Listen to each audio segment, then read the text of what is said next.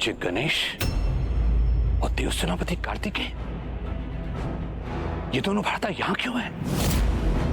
कहीं ये हमारी योजना में बाधा तो नहीं उत्पन्न करेंगे? अरे वाह भैया, ये तो वास्तव में महोत्सव ही है। प्रथम पूज्य गणेश जी और देव सेनापति कुमार कार्तिकेय हमें यहाँ देखकर कहीं क्रोधित तो नहीं? असुर महानायक शुंभ, संकट के संकेत हैं ये दोनों। बहुत चतुर हैं, इनसे सावधान रहेंगे, नहीं तो ये हमारी योजना विफल कर देंगे। उचित तो यही होगा कि जैसे ये आए हैं वैसे ही लौट जाए इसी क्षण। उचित है गुरुदेव, यही आपकी इच्छा है तो यही होगा।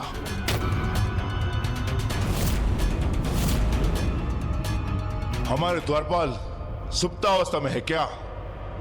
बिना हमारी अनुमति के ये दोनों भीतर कैसे आ गए?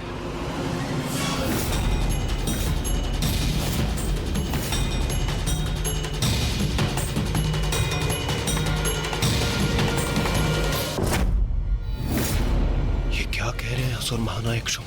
देवोत्सव है ये, तो इसमें गणेश जी और कुमार कार्तिकेय के सम्मिलित होने के लिए किसी अन्य अनुमति की कोई आवश्यकता नहीं।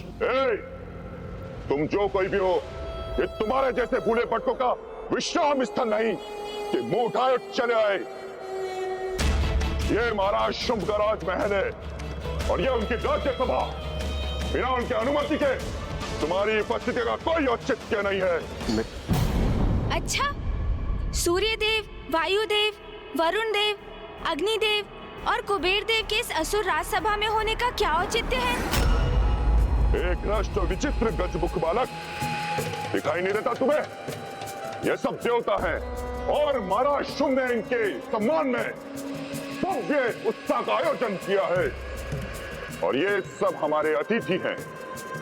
ओह, तो देवताओं के सम्मान में है ये उत्सव। तो मैं अपने अनुज का परिचय भी दे देता हूं। ये है प्रथम पूज्य गणेश।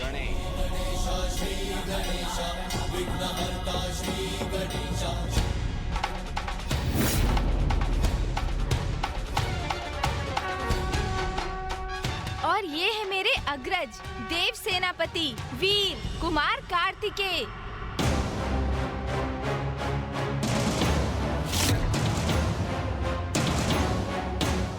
प्रतीत होता है ये दोनों किसी भी अवस्था में यहाँ से प्रस्थान नहीं करेंगे। ये देवताओं भी विचित्र हैं। एक विचित्र सा गजमुख उनका प्रथम पूज्य है। कैसा है ये देव सेनापति? इसे तो मैं पल भर में कुचल कर रख दूंगा। मुझे तनिक भी नहीं भा रहे हैं ये दोनों।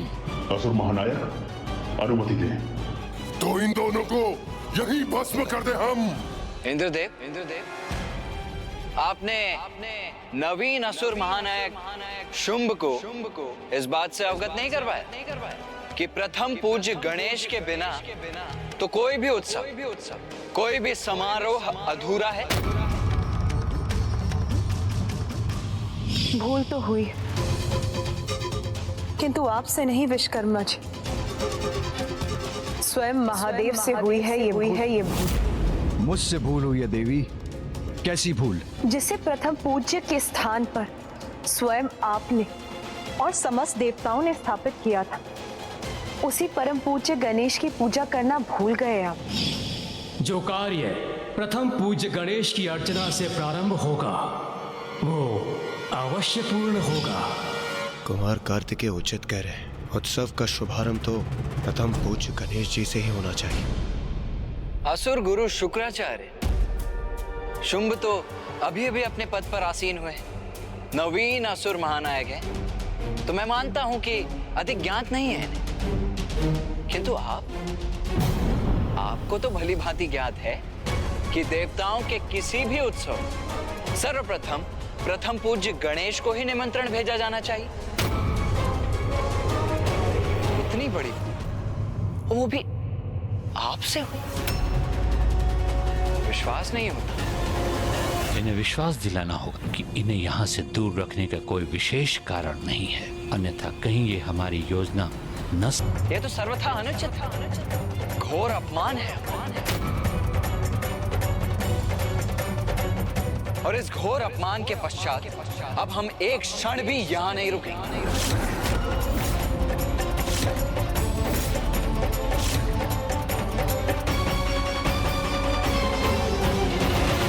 वाह, जो हम चाहते थे वो स्वतः ही हो गया। ये दोनों तो स्वयं ही यहाँ से जाने के लिए तैयार हैं। अब हम निर्बाध अपनी योजना पूर्ण कर सकते हैं। तब तो अनर्थ हो जाएगा। अपने अपमान के कारण यहाँ नहीं रुकेंगे तो देव समूह भी यहाँ नहीं रह सकता।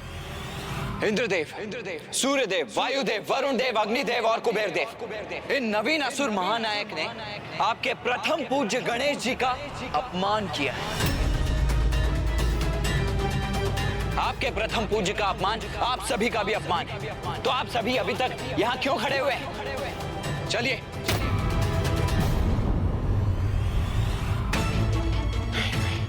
ये क्या हो गया?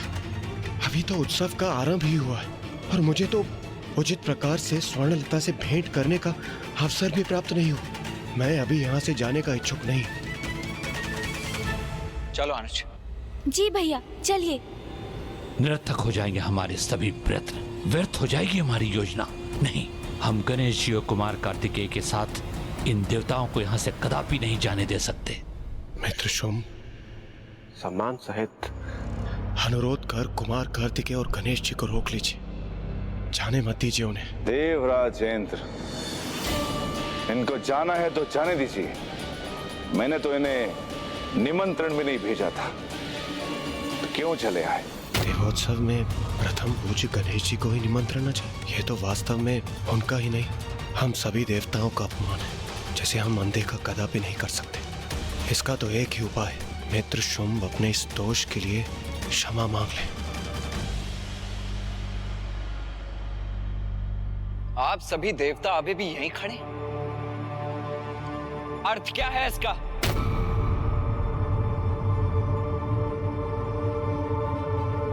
क्या आप सभी को आपके प्रथम पूज्य गणेश जी का अपमान स्वीकार है?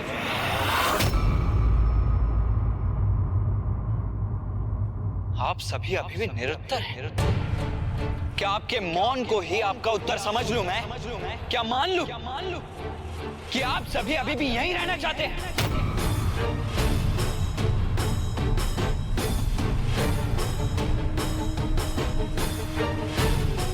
उचित है फिर।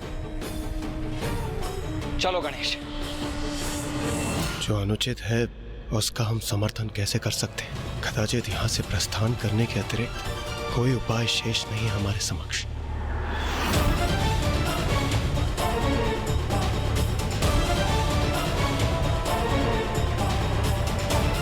अरे, ये तो सभी देवता प्रस्थान कर रहे यहाँ से। ये क्या कर रहे हो शुंभ? अगर ये लौट गए वापस तो इनके साथ सभी देवताओं को भी लौटना पड़ेगा। रोको उन्हें। देवताओं के साथ हमारी योजना को सफल करने के लिए इन्हें रोकना अत्यंत आवश्यक है। शीघ्र कुछ करो। रुकिए।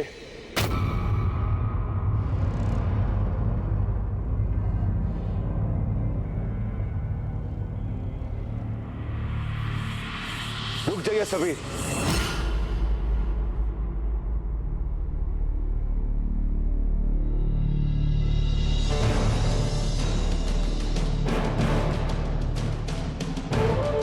मुझे क्षमा कर दीजिए गणेश जी।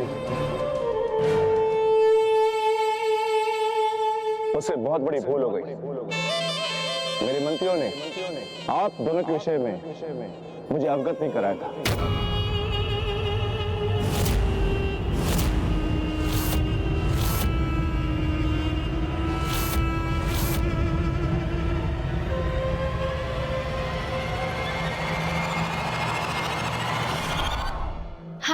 समझते हैं। आप तो अभी असुर महानायक बने हैं ना? अभी तो आपको बहुत कुछ जानना सीखना शेष है। किंतु चिंता मत कीजिए, धीरे धीरे सब समझ जाएंगे आप। और फिर ऐसी भूल कदापि नहीं करेंगे। हाँ हाँ, उचित है।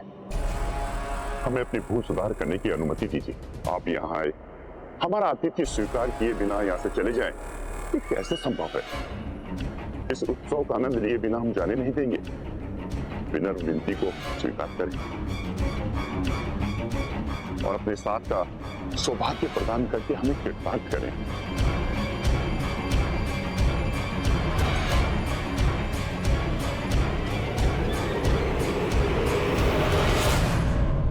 मेरे अग्रज देव सेनापति कुमार कार्तिकेय और मैं प्रथम पूज्य गणेश आपका ये निमंत्रण स्वीकार करते हैं।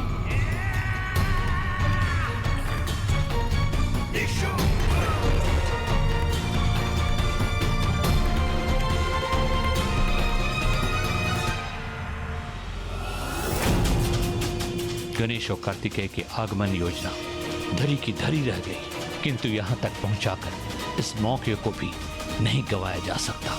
प्रथम न सही, किंतु दूसरी योजना को आगे बढ़ाया ही जा सकता है, जिसे ये गणेश भी नहीं समझ पाएंगे। वाह भैया, हम यहाँ देवताओं को लेकर चिंता में डूबे हैं और वहाँ क्या हुआ है गणेश? कुछ अनिष्ट हुआ है वहाँ? वहाँ हमारे देवगण इंद्रदेव, सूर्यदेव, वायुदेव, वरुण देव, अग्निदेव और कुबेर देव आसुरी स्त्रियों के नृत्य के सम्मोहन में लीन है।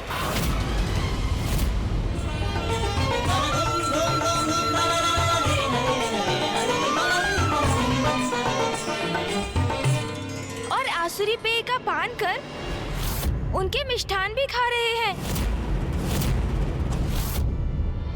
अनर्थ। इस बार तो देवता दोषपूर्ण व्यवहार की सभी सीमाएं लांघ चुके हैं। हाँ भैया, और शुंभ के छल में फंस भी रहे हैं वो। किंतु गणेश, क्या है शुंभ की चाल? क्या तुम्हें उसका कोई अनुमान है? वही तो अभी तक ज्ञात नहीं कर सका हूँ भैया। चलिए भैया, मेरे साथ आइए। चलो? कहाँ चलो गणेश? भैया, शुंभ के राजभवन, उनके महोत्सव में। हाँ भैया, चलिए। ये तुम क्या कह रहे हो गणेश? अभी कुछ समय पूर्व तुमने ही तो कहा था कि देवताओं को अपने कर्मों का फल स्वयं भुगतना चाहिए, अपनी भूल से सीख लेनी चाहिए, और अब तुम स्वयं उनकी सहायता करना चाहते हो। उनकी सहायता करने की बात मैंने कहाँ की है भैया? मैं तो वहाँ जाकर शुंभ की योजना ज्ञात करना चाहता हूँ। इंद्रदेव और अन्य देवता तो उनकी राजसभा से इतने सम्मोहित है कि वो उनकी कपट योजना कदापि नहीं समझ सकेंगे, किंतु मैं और आप, हम दोनों ये अवश्य ज्ञात कर सकेंगे भैया कि अंततः शुंभ की योजना क्या है, क्या रहस्य है इसके पीछे। इसके पूर्व की बहुत विलंब हो जाए भैया, हमें ये वहाँ जाकर उजागर करना ही होगा। उचित है। और भैया, मैं और आप भी तो देवता ही है ना। ये उत्सव देवताओं के सम्मान में ही तो है, इसलिए हमारा वहाँ होना सर्वथा उचित है। और फिर उत्सव के भोजन का आनंद अकेले कुबेर देव ही क्यों उठाएं? हम भी तो हैं।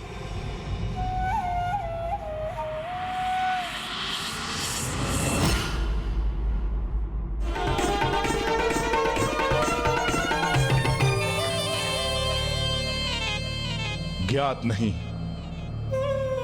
हम असुर वर्ग स्वर्ग के लिए युद्ध क्यों करते थे, जबकि क्या नहीं है हमारे पास? अतः धन है, मणियां है, स्वर्ण है, बहुमूल्य रत्न है, हीरे हैं, रजत, लोह, ताम्र आदि सभी खनिज हैं। पाताल का सागर अनेक औषधों से परिपूर्ण है। संसार की सर्वाधिक सुंदर स्त्रियां यही हैं। फिर हम असुर वर्ग स्वर्ग के लिए संघर्ष क्यों करें? यही विचार कर मैंने मित्रता का मार्ग अपनाया। इंद्रदेव, और मैं अत्यंत प्रसन्न हूं कि आपने विवेकपूर्ण निर्णय लेकर मेरे मित्रता के प्रस्ताव को स्वीकार भी किया। मित्र शुम्भ, मैं आपसे पूर्णतः सहमत हूं और इस बात से अत्यंत प्रसन्न भी हूं कि अंततः हमारी इस मित्रता के नवीन अध्याय के साथ हमारे मध्य के परस्पर विरोध से भी हमें हमेशा के लिए छुटकारा प्राप्त होगा और हम सभी हमें प्राप्त समस्त निधियां और सुख सुविधाओं का आनंद ले पाएंगे।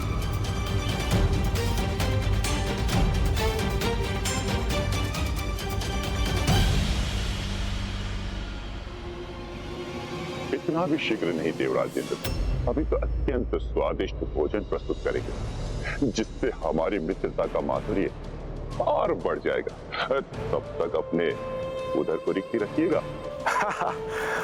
अवश्य मित्र शुम्भ, मुझे भी उस स्वादिष्ट भोजन की प्रतीक्षा है।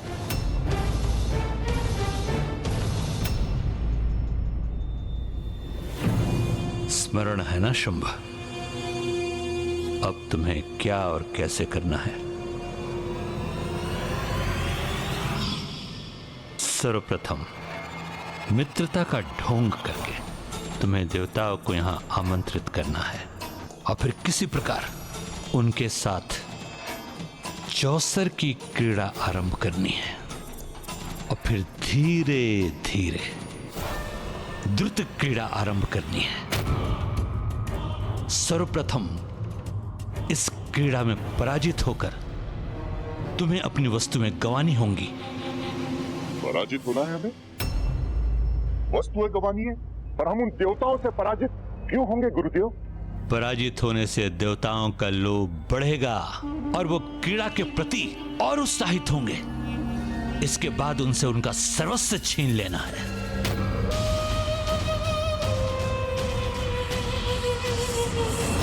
द्रुत क्रीड़ा अर्थात जुआ एक ऐसी क्रीड़ा है कि जिसमें जब मनुष्य फंसता है अपना सब कुछ गंवाने तक क्रीड़ा करता रहता है। वो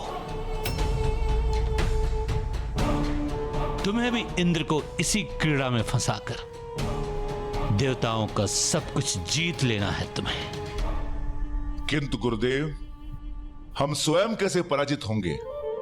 चौसर की क्रीड़ा में तो सब कुछ पासों पर निर्भर होता है ना?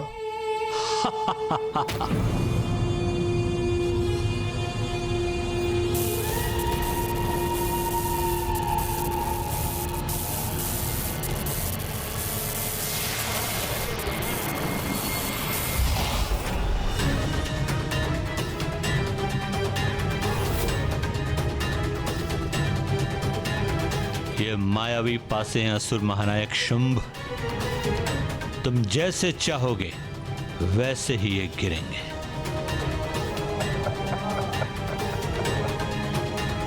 वो परिणाम देंगे जो तुम चाहोगे। मायावी पासे देखो तो